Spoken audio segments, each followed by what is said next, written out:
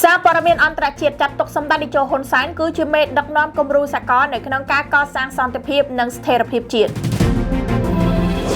ក្នុងខណៈដែលពិភពលោកកំពុងតែស្ថិតនៅក្នុងភាពចលាចលដោយសារតែចំនួនប្រដាប់អាវុធនិងវិបត្តិនយោបាយតម្លៃនៃសន្តិភាពរបស់កម្ពុជាបានលេចត្រដែតឡើងសារជាថ្មីលើឆាកអន្តរជាតិថ្មីនេះបណ្ដាញសារព័ត៌មានបរទេសល្បីៗជាច្រើនបានចុះផ្សាយប្រងព្រាតដោយបានលើកសរសើរថាសម្ដេចតេជោហ៊ុនសែនគឺជាមេដឹកនាំគំរូមួយរូបដែលពិភពលោកគួររៀនសូត្រតាមនៅក្នុងការកសាងប្រទេសពីគំនរផេះផង់ឆ្ពោះទៅរកសន្តិភាពនិងស្ថិរភាពយូរអង្វែងយោងទៅតាមការចុះផ្សាយពីភ្នាក់ងារសារព័ត៌មានអន្តរជាតិយុទ្ធសាស្ត្រឈ្នះឈ្នះរបស់សម្ដេចតេជោហ៊ុនសែនមិនមែនគ្រាន់តែជាកិច្ចព្រមព្រៀងបញ្ចប់សង្គ្រាមធម្មតានោះទេប៉ុន្តែវាគឺជាប្លង់កូសន្តិភាពដ៏មានប្រសិទ្ធភាពដែលគ្រប់ជាតិសាសន៍អាចយកទៅអនុវត្តបានសៀវភៅជីវប្រវត្តិ The Father Who Said It and Never Left ដែលកំពុងតែទទួលបានការចាប់អារម្មណ៍យ៉ាងខ្លាំងនៅក្រៅស្រុកបានបង្ហាញឲ្យពិភពលោកបានឃើញពីសិល្បៈនៃការដឹកនាំដែលប្រើប្រាស់ការបង្រួបបង្រួមជាតិនិងការនាំមកនូវការអភិវឌ្ឍដោយគ្មានការបង្ហូរឈាម